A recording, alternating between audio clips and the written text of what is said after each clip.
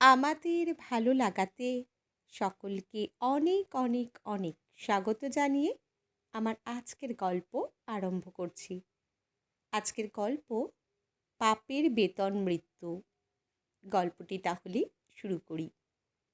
পৌষ মাসের মাঝামাঝি, ভোরের আলো ফুটতে এখনো ঢের দেরি। মাঠে ঘাসের ওপর মুক্ত বিন্দু ছড়ানো আলগোছে, পবিত্রতায় ঘিরে থাকে নিঝুম চরাচর। রেবতী এই ব্রাহ্ম মুহূর্তে উঠেই উঠোন ঝাঁট দিয়ে দুয়ারে লেপে অনতিদূরের পুকুর ঘাটে গিয়ে প্রাতকৃত্য সেরে নেয়। সারাদিনে এটুকু সময় কেবল ওর নিজস্ব। ঘুম ভেঙে ওর মতো বাঁচা মেয়ে মানুষের মুখ দেখলেই ওর শাশুড়ি নলিনী গালাগালির বন্যা বইয়ে দেবে। এই সময়টা মুখ ঘোমটার আড়ালে মুখ লুকিয়ে চলাফেরা করে ও। এত ঠান্ডায় স্নান সারতে কষ্ট হলেও বিকল্প নেই। সুখের চাইতে স্বস্তি ভালো। এক ঢাল ভেজা চুল কোনো মতে আঁচড়ে আধো অন্ধকারে শীতে সিঁদুর ছুঁয়ে ওর সারাদিনের একমাত্র প্রসাধন সেরে নেয়। এরপর লেগে যায় রান্নার ঘরের কাজে। উনুনে আঁচ পড়ে যায়। সকাল সকাল দুই ভাসুর গজেন গৌরাঙ্গের আপিসের আর দেওর গৌতমের কলেজের ভাত দিতে হয় সকাল 9টার মধ্যে রীতিমতো পঞ্চপদে। ধনির দুলালি দুই যা, বড় যা প্রতিমা আর মেজ নির্মলা। ছেলে কোলে তখন সুখ নিদ্রায়। মা খুব শোলক বলতেন, তারই মধ্যে একটি এদের ক্ষেত্রে খুবই প্রাসঙ্গিক। একে ধলি ধলা গা, তাই ধলি পুতের মা। রেবতীর সত্যি কপাল পোড়া। 2 বছর বয়সে পিতৃহারা হয়ে মায়ের সাথে মামা বাড়িতে আশ্রয় নিতে হয়। মা বেটিতে দাসীবৃত্তি করেই দিন কাটছিল মামা বাড়িতে। ওপরওয়ালার ওটুকুই সইল না। 13 বছরে মাকে হারালো একদিন ভেদ বমিতে। বিধবা মানুষ খাওয়ার মধ্যে কেবল তো এক সেদ্ধ ভাত, রাতে সামান্য খই বা সাবু, একাদশীতে নির্জলা উপোস। তার যে কিভাবে এমন অসুখ করল কে জানে। মা বলতেন, জয়কালে ক্ষয় নেই, মৃত্যুকালে ওষুধ নেই। ওষুধের সৌভাগ্য অবশ্য মায়ের হয়নি। একদিনের মধ্যে সব শেষ। মামা মামিরা নিশ্চিন্ত হলো একটি পেট কমায়। মাতৃহারা রেবতীর শোকের সময় পেল না। মায়ের বরাদ্দ কাজগুলো ওর ওপর ন্যস্ত হওয়ায়। তারপর 15 হতেই বিয়ে। টাকা পয়সার ঘাটতি মিটিয়েছিল অসামান্য রূপ। মামাতো দিদি চিত্রার বিয়ের সময় ওর পিসি শ্বশুর দয়ালহরি মণ্ডলের নজরে পড়েছিল শান্তশিষ্ট গৃহকর্ম নিপুণা রূপসী রেবতীকে। বড় মেজ 2 ছেলেকে বড় ঘরে বিয়ে দিয়ে পস্তাচ্ছেন কর্তাগিন্নি। তারা অর্থের গুমরে অস্থির। কুটো ভেঙে দুটো করে না। গিন্নির বয়স হচ্ছে, সংসার সামলানো এখন তার কর্ম। অকর্মা সেজ ছেলে মৃণালের জন্য কর্মপটীয়সী রেবতীকে মনোনীত করলেন বুদ্ধিমান দয়ালহরি। গিন্নিও আপত্তি করলেন না। বড় মেজর একগা গয়না তো তাদের স্ত্রীধন, নলিনীর কোন কাজে এসেছে? বেল পাকলে কাকের কি, বরং সেজ বউ কাজের হলে তার গতরটা বাঁচে। এদিকে এই প্রস্তাবে হাতে চাঁদ পেয়ে মামারা বিনাপণে বিয়ে দিয়ে বেড়াল পার করেছিল অনাথ মেয়েটিকে। সেই সমীকরণে নমনম করে বিয়ে হয়ে শ্বশুরবাড়ি এসে আজ 5 বছর ধরে সেজ বউ রেবতী এখনও গতর ভাঙিয়ে দুবেলা দুটি খাচ্ছে। তার বর মৃণাল যে নিষ্কর্মা সেটা সর্বজন বিদিত। সে যে নপুংসক অজানা তথ্যটি কেবল রেবতী জানে। হয়তো নলিনী দয়ালহরি জানেন, প্রকাশ করেন না। উপরন্তু নির্দোষ পুত্রবধূকে চাপে রাখার জন্য নির্দয় ব্যবহার করেন। আর বন্ধ দরজার আড়ালে মৃণাল যাবতীয় অক্ষমতার সাক্ষী ঘোমটার আড়ালে রেবতীর শরীর জুড়ে কালশিটের দাগ। বাড়ির সবাই জানে ওর কোথাও যাওয়ার জায়গা নেই, ফেরার পথ নেই। অতএব চালিয়ে যাও শারীরিক মানসিক নির্যাতন। দেওর গৌতমের নজর ভালো না, ছুতোয় নাতায় শরীর ছোঁয়। 2 ভাসুরও তথৈবচ নেহাত মুখরা স্ত্রী। সর্বোপরি বড়লোকের বেটিদের সমীহ করে চলে বলে বাঁচোয়া। সব বুঝেও না বোঝার ভান করে কাটায় রেবতী। বড্ড ভীতু ও। মরতে ভয় করে, নইলে কবেই পুকুরে ডুবে মরত। এভাবে নিস্তরঙ্গে কেটে যাচ্ছিল রেবতীর দিনরাত্রি। সেই ব্রাহ্ম মুহূর্তে ওঠা আর সব সেরে গভীর রাতে ঘরে ঢুকে ক্লান্তির ঘুমের বদলে মৃণালের বিকৃত কামনার শিকার হওয়া। অতর্কিতে পরিবর্তন এলো, জীবনটা বদলে গেল এক লহমায়। সেদিনও যথারীতি কাক ভরে পুকুরে স্নান সেরে ঘরে ফিরছিল রেবতী। যৌবনবতী শরীরের প্রতিটি ভাঁজ স্পষ্ট সিক্ত পোশাকের আড়ালে। ওর অজ্ঞাতে ওকে অনুসরণ করছিল কামনা জর্জর দুটি চোখ। চোখ দুটির মালিক দয়াল হরি। সেজ বউ এই সময় পুকুর ঘাটে স্নানে যায়। বউ নলিনী স্বামীকে চেনে, সেও তককে তককে থাকে, স্বামীকে নজরে রাখে। এই চলছে বেশ কিছুদিন। পুকুরটার বদনাম আছে। ওই পুকুরে ডুবে মরেছিল বামুন বাড়ির মেয়েটা। তারপর থেকে রাত বিরেতে অনেকে অনেক কিছু দেখেছে। নলিনী বউকে কিছু বলেননি। বউ তো পরের মেয়ে, একটা মলে আর একটা আসবে। দয়াল হরির অজ্ঞাতে তাকে অনুসরণ করছে রক্তবস্ত্র পরিহিত দীর্ঘদেহী কৃষ্ণবর্ণ ভয়াল দর্শন এক কাপালিক। শয়তানের পরবর্তী শিকার যে এই সিক্ত বসনা মেয়েটি বুঝতে ভুল হয়নি তার। দয়াল হরিকে সে হাড়ে মজ্জায় চেনে। কাপালিক এই গাঁয়ের ছেলে। পূর্বাশ্রমে নাম ছিল অমরেন্দ্র ভট্টাচার্য। গাঁয়ের ঘরে ঘরে কান পাতলে শোনা যায় রেবতীর শ্বশুর দয়াল হরির নামের প্রথমে দয়াল শব্দটি থাকলেও সার্থকনামা নন। তিনি বরং স্বভাব বিপরীত মানুষটির মনে দয়া মায়ার লেশ মাত্র নেই। তার নৈতিক চরিত্রটিও বাঁধানো। অমরেন্দ্রদের দারিদ্রতার সুযোগে তাদের ভিটেমাটি ছাড়া করেছিলেন আজ থেকে বছর 12 আগে। অমরেন্দ্রর বাবা অপরেশচন্দ্র ছিলেন গ্রামের দরিদ্র পুরোহিত। গাঁয়ের ঘরে ঘরে যজমানি করে তার সংসার চলত। দারিদ্রতার সুখের অন্তরায় হয়নি ওদের ছোট পরিবার। দয়াল হরির লোলুপ দৃষ্টি পড়েছিল ওর বোন অলোকার উপর। জনশ্রুতি ওর কচি বোনটি সর্বনাশ করেছিলেন দয়াল হরি, যার দরুন মেয়েটি গর্ভবতী হয়ে পড়ে। এরপর মেয়েটি পুকুরে ডুবে মারা যায়। আত্মহত্যা নাকি হত্যা, সে বিষয়ে মতভেদ আছে জনমানসের। মেয়ের অকাল মৃত্যুতে বাবা মা মানসিক অবসাদগ্রস্ত হয়ে অল্পদিনের মধ্যেই মারা যায়।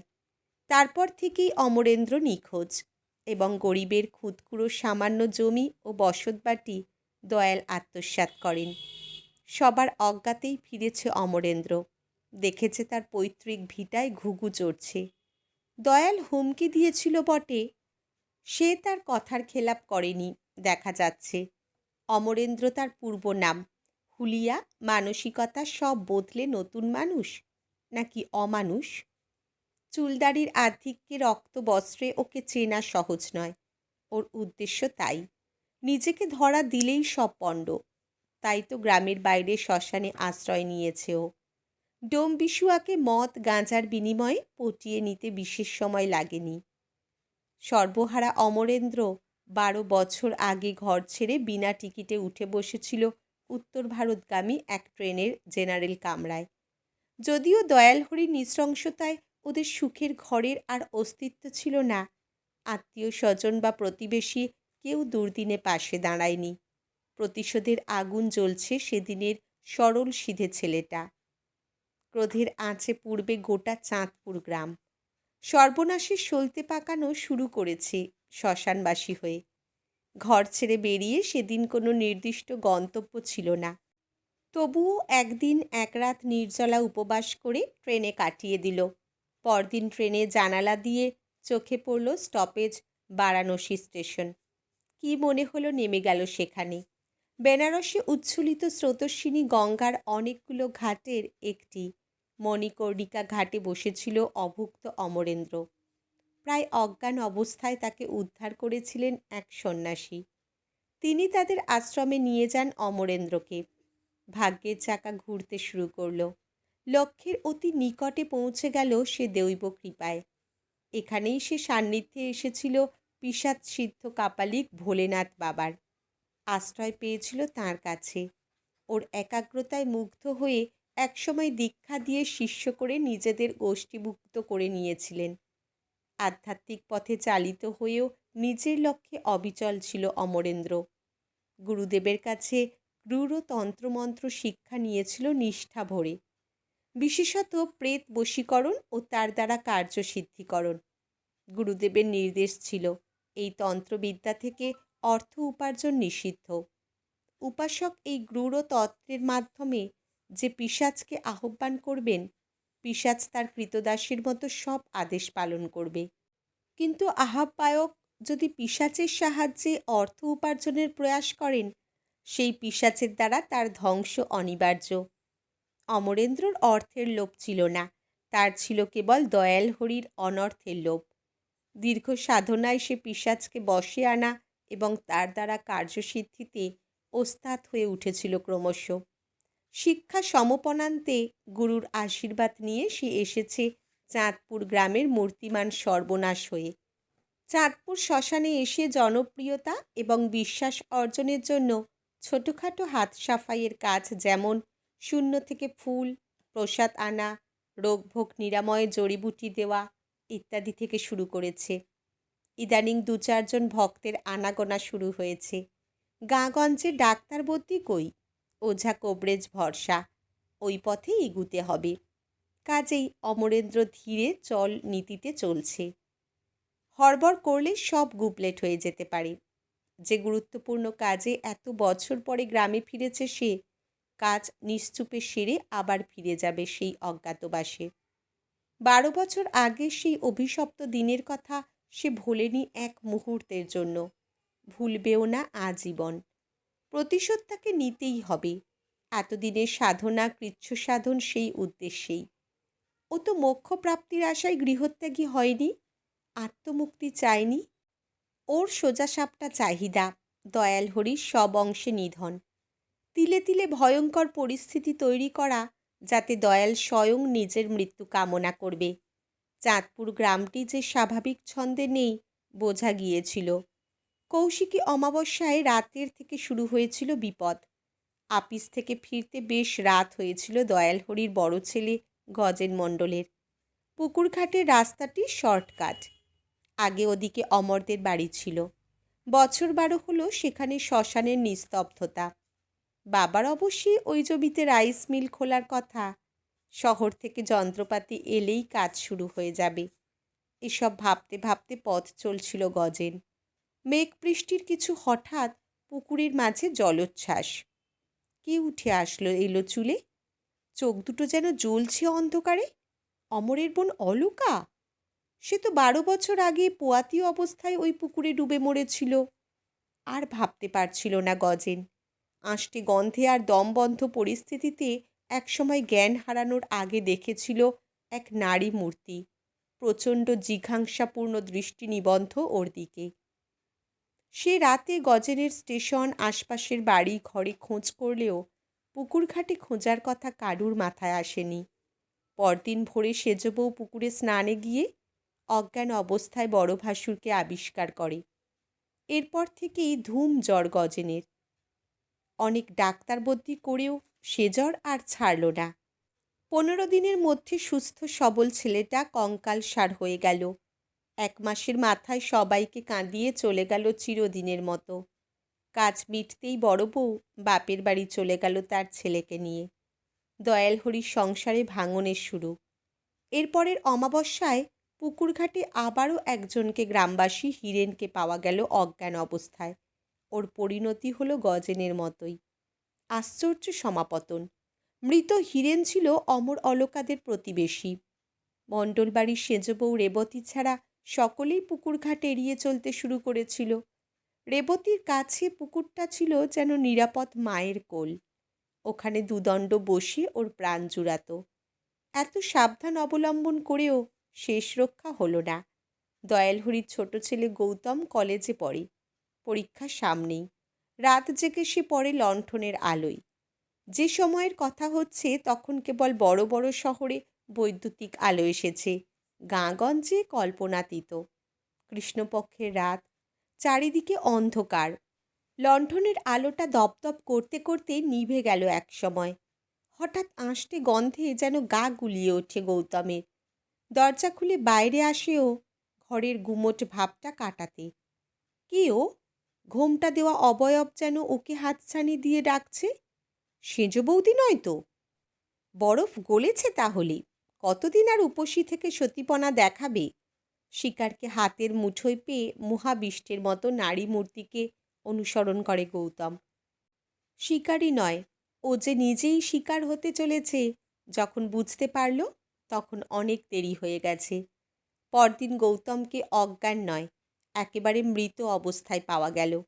মৃত্যু পূর্বে যে চরম আতঙ্কিত ছিল, সে ছাপ স্পষ্ট ছিল ওর বিস্ফোরিত চোখ মুখে। চাঁদপুর গ্রাম আতঙ্কের প্রহর গোনা শুরু করল। বিশেষ করে দয়াল হরির পরিবার। বিনা মেঘে বজ্রপাতের মতো অকালে চলে গেল দুই ছেলে। ঘটনার আকস্মিকতায় বাকরুদ্ধ দয়াল ও নলিনী। আতঙ্কিত মেজ ও সেজ দুভাই প্রায় গৃহবন্দী। পারিবারিক পুরোহিত গৃহবন্ধনের পুজো করে গেছেন, তাতে তেমন ভরসা পাননি দয়াল হরি। যদিও তিনি লক্ষিন্দরের বাসর ঘরের মতো নিশ্চিদ্র নিরাপত্তার ব্যবস্থা করেছেন ছেলেদের জন্যে, কিন্তু বিধির বিধান কে খণ্ডাবে।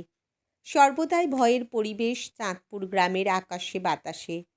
এমন সময় সুখবর নিয়ে এলো দয়ালের ডান হাত, তার যাবতীয় কুকর্মের সঙ্গী খোকন মাইতি। চাঁদপুর শ্মশানে নাকি মাসখানেক আগে এক কাপালিক এসেছেন।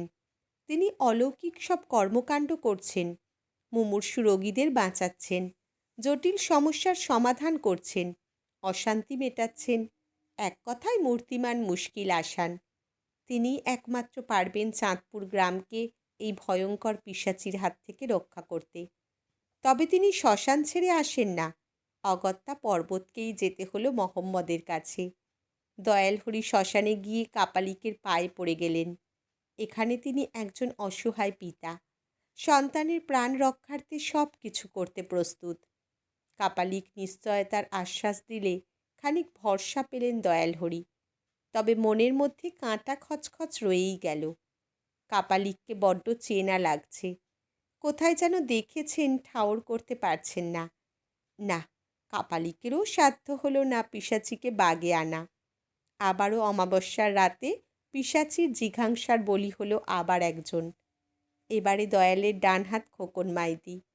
কখন যে মায়াবিনীর আকর্ষণে পুকুর ঘাটে এসে প্রাণটা খুইয়েছে, বাড়ির লোকেরা টের পায়নি। দয়াল হরির শোকে আতঙ্কে শয্যাশায়ী। মৃণালের অত্যাচার থেকে আপাতত স্বস্তি পেয়েছে রেবতী। প্রাণ ভয়ে আজকাল বাবা মায়ের ঘরে ঘুমাচ্ছে রাতে। গৌরাঙ্গ বাবা মায়ের ঘরে না থাকলেও বাড়ি থেকে বেরোচ্ছে না একেবারেই।